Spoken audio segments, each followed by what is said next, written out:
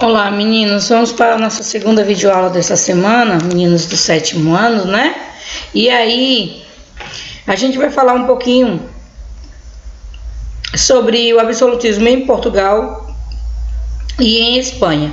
Eu juntei os dois porque não temos tantas informações assim sobre sobre o absolutismo nesses dois estados europeus, ok? Então, a gente vai falar um pouquinho sobre esses dois países que comandaram as grandes navegações no início, que saíram à frente, foram os pioneiros das grandes navegações essas que contribuíram muito para o desenvolvimento do Estado espanhol na Espanha, ou do Estado absolutista na Espanha, ok?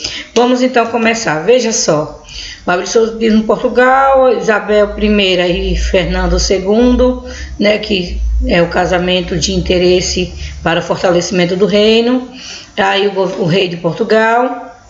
Então, veja aí, vamos começar com o absolutismo português. Esse é João I, que foi um dos absolutistas. Então, o absolutismo de Portugal foi um período em que o reino de Portugal, no qual o reino de Portugal ele assumia o poder total. O poder totalitário estava nas mãos do rei. Então, com essa concentração de poder nas mãos do rei, não tinha uma necessidade de uma assembleia, ou muito menos de uma constituinte para poder ajudar o rei a tomar decisões. O rei governava sozinho, o rei dominava sozinho praticamente tudo. Então, veja, depois de João I vem Dom João. Ficou faltando um Mzinho aqui, mas Dom João II. Então, o governo de Dom João II é quando a gente vê o início do governo espanhol, ou governo português, desculpa, centralizando realmente em suas mãos. Vamos ver, centralizado nas mãos do rei. Vamos ver então algumas medidas que Dom João II ele fez em seu governo. A primeira coisa, ele centralizou o poder político em suas mãos. Em seu reino, a prioridade eram as viagens marítimas, né, para conquistar os novos territórios das colônias. Então, outra coisa que ele fez, controlou as rotas comerciais de especiarias e de outros produtos. Era tudo controlado pelo Estado português. E aí, em seu reinado, o Estado português comercializou não apenas especiarias, mas outros produtos de origem agrícolas, né, e que vinham da colônia. E também escravizadas, pessoas escravizadas que eram trazidas da África para a América, não só aqui, não só Brasil, mas para outros países da América também. Principalmente Portugal trouxe principalmente aqui para o Brasil, certo? Então, preste atenção, outra coisa que ele fez, ele não investiu em manufaturas. O que é isso? Em produção manufaturadas. E aí deixou que quem controlasse o comércio de manufatura, de produções de produtos que era para ser comercializado, quem controlou foi França, Holanda e Inglaterra. Então, com isso, o Estado português começou a perder um pouquinho de poder comercial. Veja só. Então, vem o auge do absolutismo português, que ele acontece no governo de Dom João V, certo? Ele governou por 44 anos. E aí ele é considerado o auge do Estado absolutista em português, pois o monarca ele centralizou todo o poder, a coroa, todo o poder administrativo do reino ficou concentrado na coroa. Todas as decisões importantes, a justiça, o exército, a economia, quem mandava em tudo? O rei. Então, por isso, Dom João V fica conhecido como que durante seu governo ocorreu o auge do absolutismo, certo? Então, o absolutismo em Portugal duraria até a Revolução Liberal do Porto. E vocês vão ver esse assunto sobre Revolução Liberal do Porto no 8º ano, quando vocês verem um pouquinho sobre a família portuguesa aqui no Brasil, certo?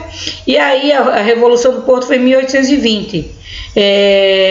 Nessa época, Portugal estava sob o governo de Dom João VI, que foi obrigado a aceitar a Constituição que foi criada na Revolução Liberal do Porto, e assim acaba essa concentração de poder nas mãos do rei, e assim Portugal tem, digamos que, o fim do absolutismo, que agora o rei não governava mais sozinho.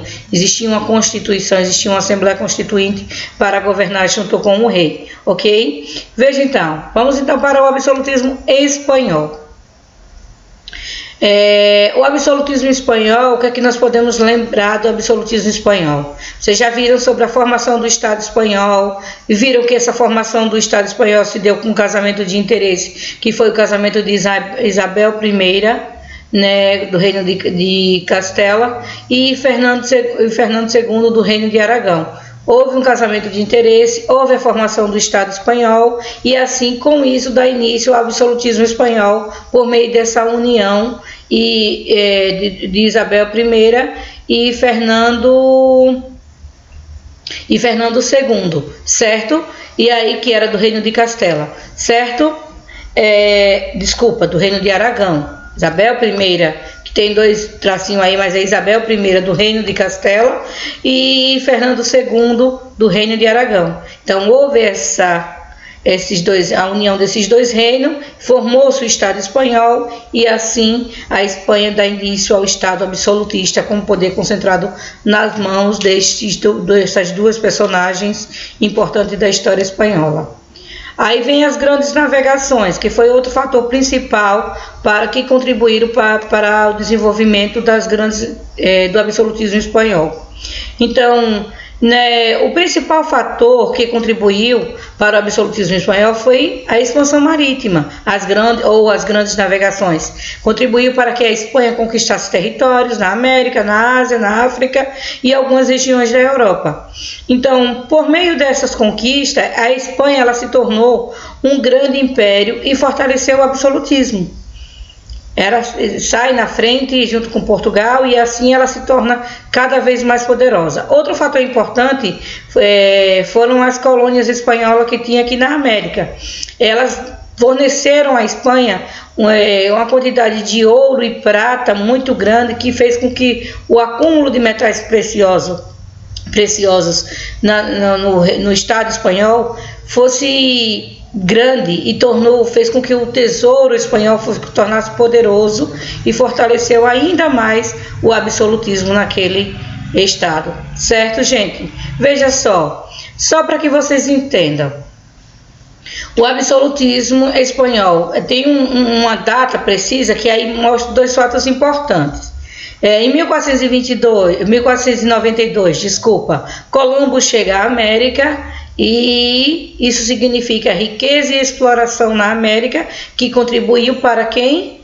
Para a formação de um Estado forte, que tinha como um dos principais fatores que ajudou a fortalecer o Estado espanhol foi o mercantilismo, não só o espanhol, como o português, como o francês, entre outros, que o mercantilismo contribuiu bastante. Nessa mesma data aconteceu o casamento de Isabel de Castela e Fernando de Aragão e a unificação intensa que fortaleceu ainda mais o país.